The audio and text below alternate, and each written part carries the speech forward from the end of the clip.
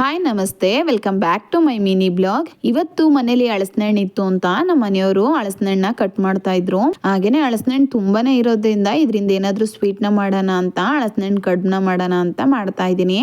ಹಾಗೇನೆ ರೆಸಿಪಿ ಕೂಡ ಶೇರ್ ಮಾಡ್ತಾ ಇದ್ದೀನಿ. ಮೊದಲಿಗೆ ಒಂದ್ 2 ಬೌಲ್ ಅಷ್ಟು ಹಣ್ಣನ್ನ ಸೇರಿಸ್ಕೊಂತಾ ಇದ್ದೀನಿ. ಆಮೇಲೆ 1 ಕಪ್ ಅಷ್ಟು ಕಾಯಿ, 1 ಕಪ್ ಅಷ್ಟು ಬೆಲ್ಲ, ಅದಕ್ಕೆ 4 ರಿಂದ 5 ಏಲಕ್ಕಿನ ಸೇರಿಸ್ಕೊಂಡು ನೈಸ್ ಆಗಿ ರುಬ್ಕೊಂಡಿದ್ದೀನಿ. ನೆಕ್ಸ್ಟ್ ಅದನ್ನ ಒಂದು ಬೌಲ್ಗೆ ಸೇರಿಸ್ಕೊಂಡು ನೆನ್ಸಿಟ್ಕೊಂಡಿರುವಂತ ಅಕ್ಕಿನ ಸೇರಿಸ್ಕೊಂತಾ ಇದ್ದೀನಿ. ಇಲ್ಲಿ 1 ಬೌಲ್ ಅಷ್ಟು. 1 ಸ್ಪೂನ್ ಅಷ್ಟು ಇಲ್ಲಿ ಉಪ್ಪನ್ನು ಸೇರಿಸ್ಕೊಂಡು ನೈಸ್ ಆಗಿ ರುಬ್ಕೊಂಡಿರೋದನ್ನ ನಾವು ಮೊದಲಿಗೆ ಹಣ್ಣನ್ನ ರುಬ್ಕೊಂಡಿದ್ವಲ್ಲ ಅದಕ್ಕೇನೆ ಸೇರಿಸ್ಕೊಂಡು ಚೆನ್ನಾಗಿ ಮಿಕ್ಸ್ ಮಾಡ್ಕೊಂಡು ತಗೋಬೇಕಾಗುತ್ತೆ. ಇದನ್ನ ಒಂದು 10 ನಿಮಿಷ ಸೈಡ್ಗೆ ಇಟ್ಟು ನೆಕ್ಸ್ಟ್ ಒಂದು ಗ್ಯಾಸ್ ಸ್ಟವ್ನ ಹಚ್ಕೊಂಡು ಅದ್ರ ಮೇಲ್ಗಡೆ ಸ್ಟೀಮ್ಗೆ ಇಟ್ಕೊತಾ ಇದ್ದೀನಿ.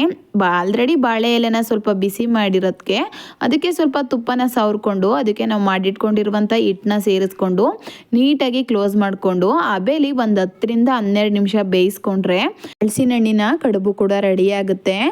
ಇದ್ರ ಟೇಸ್ಟ್ ಅಂತೂ ತುಂಬಾನೇ ಚೆನ್ನಾಗಿತ್ತು ಅಂತಾನೆ ಹೇಳ್ಬೋದು. ಇನ್ನೂ ಯಾರ್ಯಾರು ಈ ರೆಸಿಪಿನ ಟ್ರೈ ಮಾಡಿಲ್ಲ ಈಗಲೇ ಟ್ರೈ ಮಾಡಿ ನೋಡಿ, ತುಂಬಾನೇ ಚೆನ್ನಾಗಿತ್ತು. ಇದಾಗಿತ್ತು ಇವತ್ತಿನ ಬ್ಲಾಗ್. Thank you all.